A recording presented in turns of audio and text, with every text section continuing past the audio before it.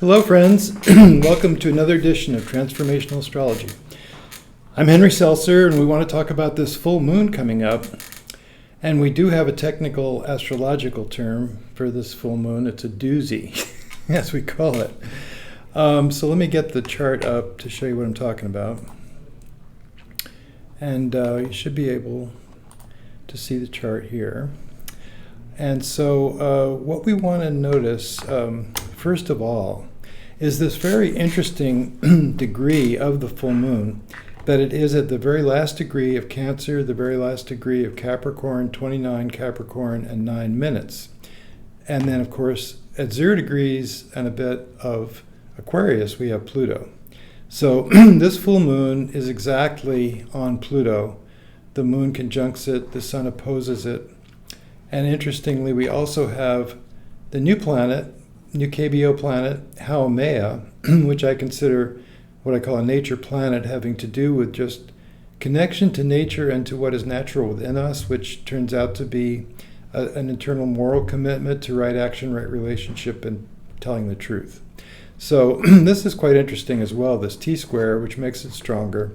What also makes it stronger is we have the position of Neptune at 29 Pisces, so that is right on the same degree as the moon, a sextile. And then I do want to comment to you and mention to you that in the Time Passages software, we can optionally have this condition where even with whole sign houses, we can consider a planet within 2 or 3 degrees of the cusp to be within the next house because it's conjunct the cusp, and in this case, of course, it's also conjunct Pluto on the cusp. So this is not necessarily what you have to do in Time Passages. We do get a lot of comments, well, what about the fact that it's really in back here, in the Capricorn, here's the green section of the circle is indicated the Capricorn, and that's where it really resides. And this little tick mark shows that. I can actually show you the option, I think I should. If I go to Preferences or Settings, and I go to Display Options, I can choose the size of 3 degrees and whether to apply it to whole sign houses or not. If I say no, then you see it's located where it kind of belongs. But I really like to consider this to be because on the cusp, so I'm going to go back because that's the way I like it. On the cusp, I do consider this to be actually an 11th house item, that moon. So it is connected to Pluto for sure, and it is very interestingly part of this whole chain of sextiles, and I'll show you that. So we have the 0 degree mark, let's call it, or the 29 of the 0 degree of Aquarius, and then we have just about the 0 degree mark of Aries here, you see, with Neptune being at 29 degrees 50 minutes, so within 10 minutes of the Aries point, so that's a sextile. We have also this very interesting 4 degree aspect, 4 degree conjunction between Uranus and Mars. That also averages to 28, so that's part of this whole series of sextiles. And then 29 degree Cancer moon in this full moon. So quite interestingly, there's this series of sextiles around this side of the chart. It really does bring a lot of emphasis to this Pluto. We would consider it a transformational time. We want to pay attention to the 2 weeks closing of this cycle leading up to the August 4th new moon. We do want to consider this very special time. It is a time of decision, a time of trying to do the right thing, a time of recognizing where the transformations are coming into our lives. And we have choices with Pluto. We can go kicking and screaming. We'll probably go anyway. Or we can go a little bit more willingly, just letting it happen, understanding that there are necessary change. Life itself is change. So we do have to pay attention to what's going on right now. I believe we should be paying attention to also the issues of these new KBO planets. Here we have Haumea, here we have Maki Maki. Maki incidentally, is a very close parallel to Jupiter. So I can show you that in the time passages software. We can right-click. Jupiter is at what declination? 21.6, which is 21 degrees 35 minutes. Well, if we look at the declination of Maki, it is 21.5. So just very, very close, within a tenth of a degree, which is 21 degrees 28 minutes. So, we have a very close, therefore, emphasis on both of these new nature planets, and they do have to do with kind of paying attention to what we're up to. They have to do with Earth issues. They have to do with being in love with nature, being in love with animals, pets or wild, either one. With prominent Haumea, we see that. And also to be someone in love with telling the truth. It's just like some people, that's what they do. It's kind of good with those people. You can count on them. If they say something, they mean it, and they know that's their truth, So I really think that this is an important time with Pluto and Haumea involved in this thought process that we have going here. And here we have just the aspects to Pluto, just show the square, the opposition, does show the trine, you see, to Mars as well. So Mars with Pluto, that's another thing we want to pay attention to here.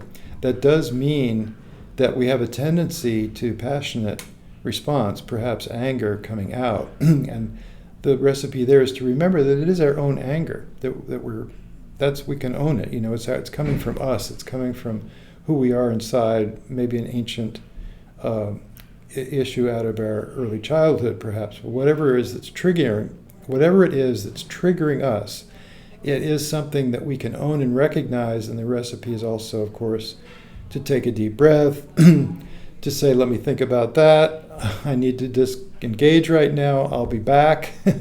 Whatever it might take, not to blurt out something in anger, or still worse, of course, hit out, to be physical. So it's very important to keep track of that and try to do the right thing with that. So we do have this very interesting full moon, and we do want to pay attention to the fact that telling the truth may come up in this next couple of weeks. I don't know in what way, but I've seen it before where there's this issue with whoever it is that's trying to get away with something, and they're lying. And can they get away with it if they're lying? And sometimes yes, sometimes for a considerable period of time. The quote from Abraham Lincoln on that is, "You can fool some of the people all of the time." And you can fool all of the people some of the time.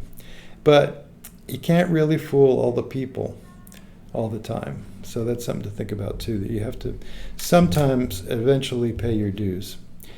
So let's see, what else do we want to talk about here? I did want to mention a couple things. One is that this position of Mars with Uranus is, of course, Mars has moved 4 degrees past Uranus.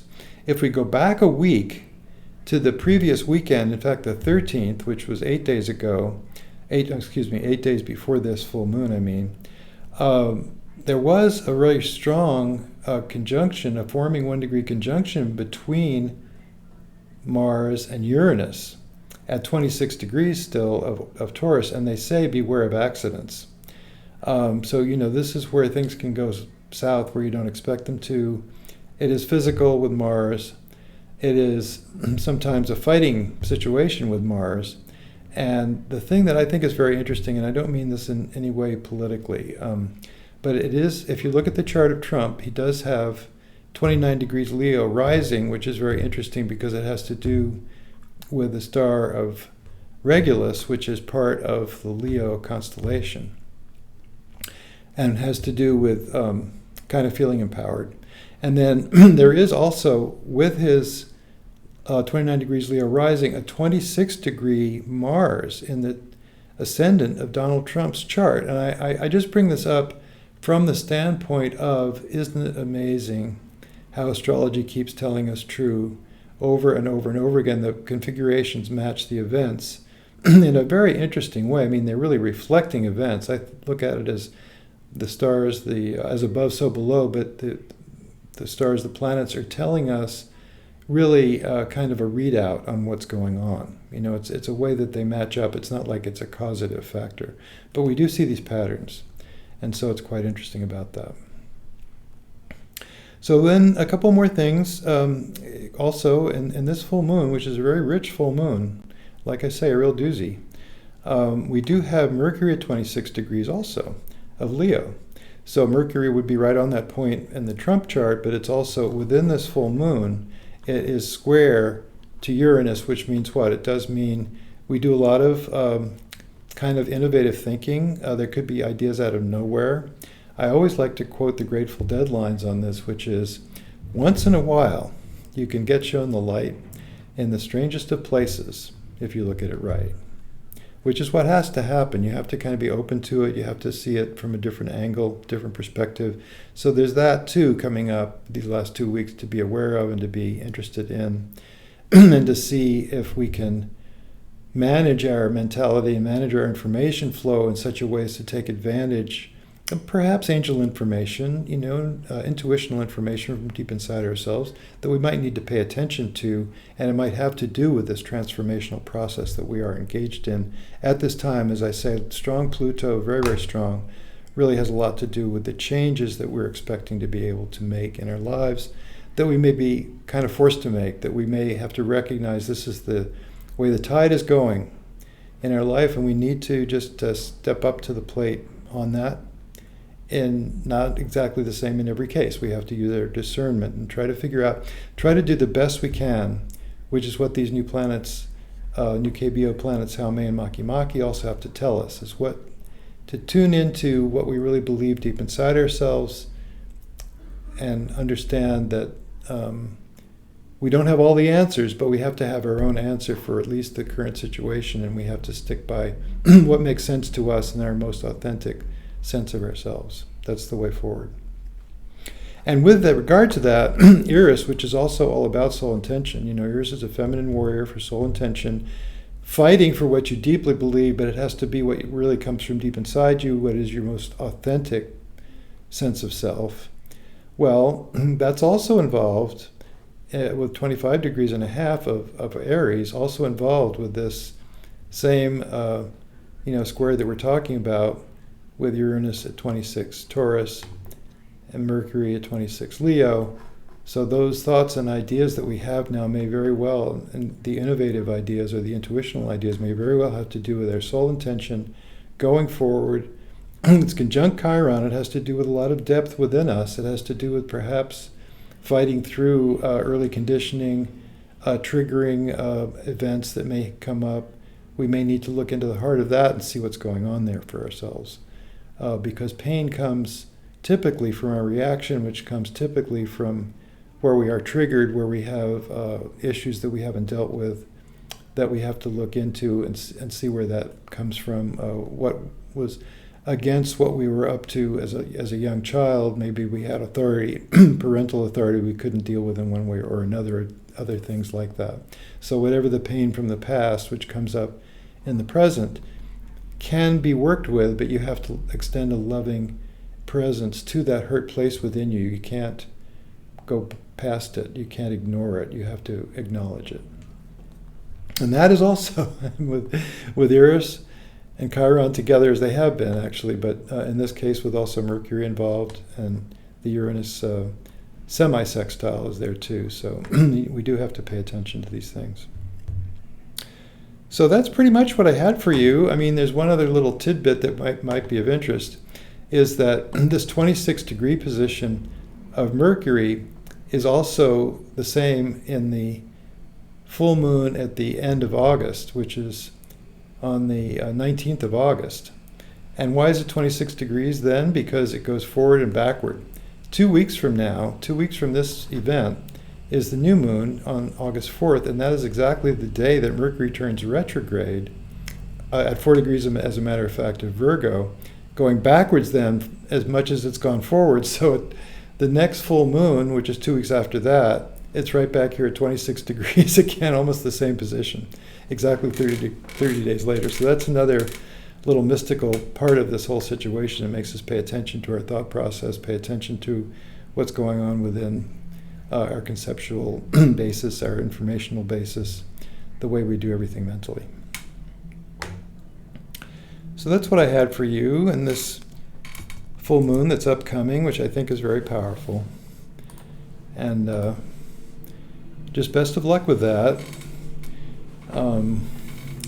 We're living in very difficult times. I think the uncertainty is huge right now, which does go with the Neptune station that was recent, and that is very much part of this full moon that's upcoming here. And so I think there's a lot of confusion. There's a lot of ways to look at things, and we really need to keep our head on straight. We need to keep faith in ourselves and our process, and that's the way forward. The universe does have our back. It's there for us. And what Carolyn Casey always says about what she calls the gods, the powers, the universe, that we can always tune into, that it's standing by, ready to help us. But you do have to ask. So you have to put your faith there and try to go forward the best way you can. Be the most authentic person of yourself, the most authentic stage of yourself that you can be. Okay, well, thanks for listening, and best of luck. See you next time.